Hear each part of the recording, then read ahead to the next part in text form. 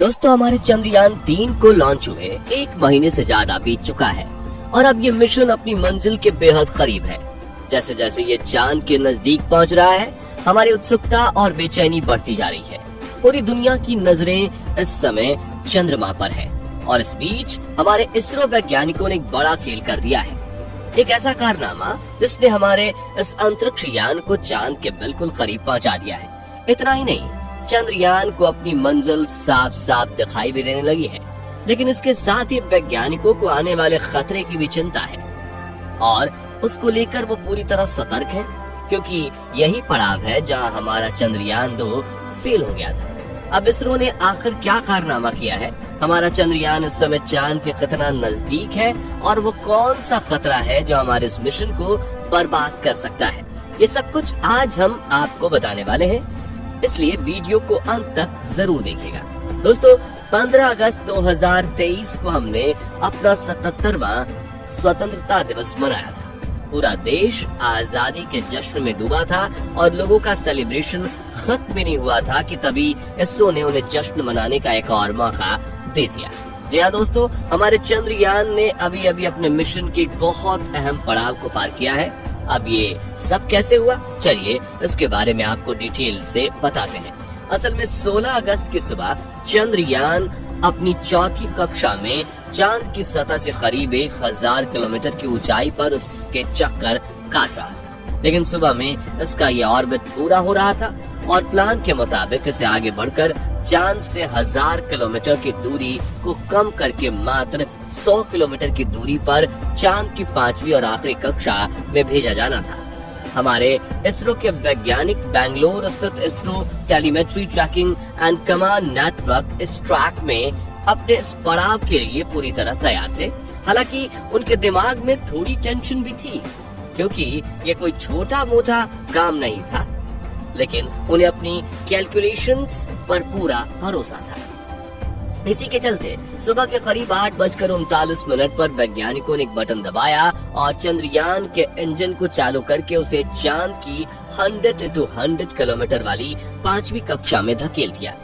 अब ये कहने में जितना सिंपल है, असल में करना उतना ही ज्यादा कॉम्प्लेक्स, क्योंकि वैज्ञानिकों को लाखों किलोमीटर दूर पृथ्वी पर बैठे बैठे ही अंदाजा लगाना था कि चांद को एग्जैक्टली किस समय, किस दिशा और किस रफ्तार से आगे भेजना है, और ऐसा करने के लिए उन्हें कितनी देर तक और कितनी पावर से इंजन को चालू करना होगा, क्योंकि इस काम में गलती की गुंजाइश बिल्कुल ना के बराबर थी। एक छोटी सी मिस कैलकुलेशन पूरे मिशन को बर्बाद और अब तक की गई सारी मेहनत पर पानी फेर सकती थी, लेकिन हमारे वैज्ञानिकों ने बिना कोई गलती किए इस काम को सफलतापूर्वक अंजाम तक पहुंचा दिया।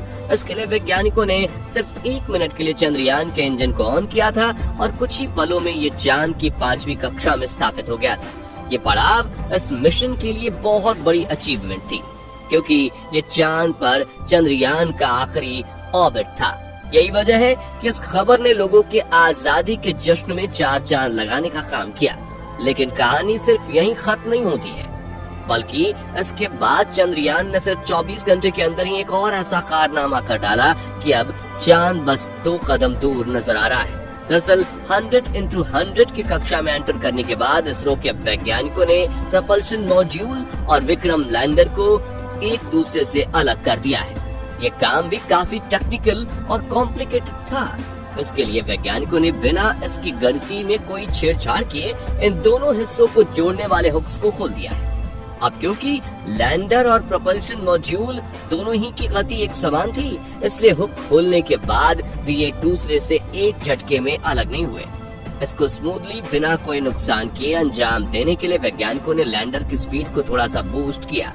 अब क्योंकि हुक्स खोले हुए थे, इसलिए स्पीड बढ़ते ही लैंडर प्रपल्शन मॉड्यूल को पीछे छोड़कर खुद आगे बढ़ गया और अब आगे का सफर लैंडर को खुद ही तय करना है। इसके लिए इसरो का प्लान ये है कि 18 और 19 अगस्त को लैंडर की डी ऑर्बिटिंग स्टार्ट कर दी जाएगी, यानी इसके ऑर्बिट को छोटा करने के साथ चांद की सतह से इसकी दूरी भी कम की जाएगी। इस तरह आने वाले 1-2 दिन में विक्रम लैंडर 100x30 किलोमीटर की कक्षा में पहुंच जाएगा और इसी तरह धीरे धीरे आगे बढ़ते हुए पहले ये अपनी लैंडिंग साइट को डिटेक्ट करेगा और उसके बाद अपने रेट्रो बूस्टर्स की मदद से 23 अगस्त के दिन शाम को करीब 5:47 पर हमारा चंद्रयान चांद की सतह पर उतर जाएगा। लेकिन ये मिशन का सबसे मुश्किल और पेचीदा फेज होने वाला है, क्योंकि आपको याद दिला दें कि आज से 4 साल पहले हमारा चंद्रयान 2 इसी पड़ाव पर आकर क्रैश हो गया था और इसरो के पूर्व चीफ के सिवन का प्रधानमंत्री के कंधे पर सर रखकर रोने वाला मंजर आज भी हमारे जहन में ताजा है।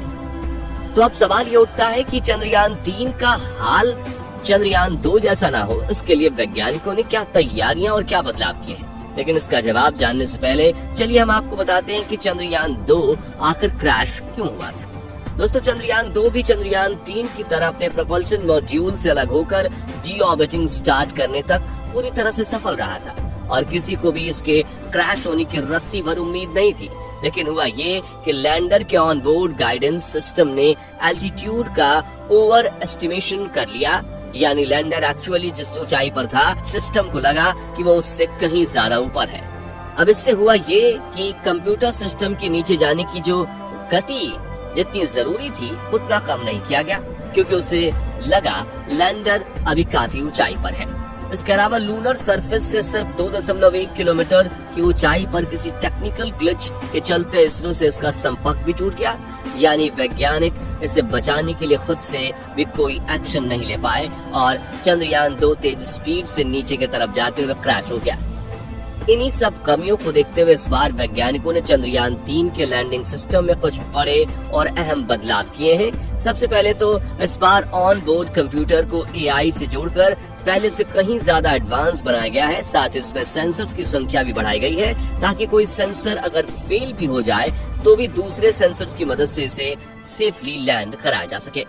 इसके अलावा इस बार लैंडर में लेजर डॉपलर वेलोसिटी मीटर यानी LDV और लैंडर हॉरिजॉन्टल वेलोसिटी कैमरा यानी कि LHVC ये 2 बेहद अहम एडवांस उपकरण लगाए गए हैं। इसमें LDV का काम चांद की सतह पर लेजर से ये पता लगाना है कि लैंडिंग साइट पर कोई बड़ा गड्ढा या पत्थर तो मौजूद नहीं है। इसके अलावा LHVC का काम नीचे उतरते समय जमीन की लाइव तस्वीरें लेकर कंप्यूटर सिस्टम को भेजना है ताकि वो सही जगह का चुनाव कर सके। चंद्रयान का विक्रम लैंडर अपने साथ प्रज्ञान रोवर को ले जा रहा है। ये एक 6 टायर और 27 किलो वजन वाला बेहद एडवांस रोवर है और इसकी मदद से ही चंद्रयान 3 अपनी रिसर्च और शोध के काम को अंजाम देगा। चंद्रयान 3 के लैंडर को कितना एडवांस बनाया गया है, इसका अंदाजा आप इसी से लगा सकते हैं कि अगर इसके सारे सिस्टम भी फेल हो जाएं तब भी ये सॉफ्ट लैंडिंग करने में सफल होगा, क्योंकि अभी कुछ दिन पहले इसरो के चीफ एस सोमनाथ ने एक इवेंट के दौरान ये कहा था। ये सारी चीजें और सब बातें समझने के बाद हमें इस बात का पूरा यकीन है कि 23 अगस्त के दिन शाम को करीब 5:45 बजे हमारा चंद्रयान 3 चांद के दक्षिणी ध्रुव इलाके में जरूर लैंड करेगा और हमारे भारत का झंडा सिर्फ देश विदेश ही नहीं बल्कि चांद पर भी लहराता रहेगा। वैसे आपको क्या लगता है, हमारा चंद्रयान 3 इस बार कामयाब होगा या नहीं? अपना जवाब कमेंट के माध्यम से जरूर शेयर कीजिएगा। बाकी हमारी आज की इस वीडियो में बस इतना ही। वीडियो अच्छी लगी हो तो इसे लाइक और शेयर जरूर करना और अगर आप चैनल पर नए हैं तो चैनल को सब्सक्राइब भी जरूर करें और यदि आप फेसबुक पेज पर हैं तो उसे फॉलो करना बिल्कुल ना भूलें। मिलते हैं जल्दी ही ऐसी एक और इंटरेस्टिंग वीडियो के साथ, तब तक के लिए गुड बाय।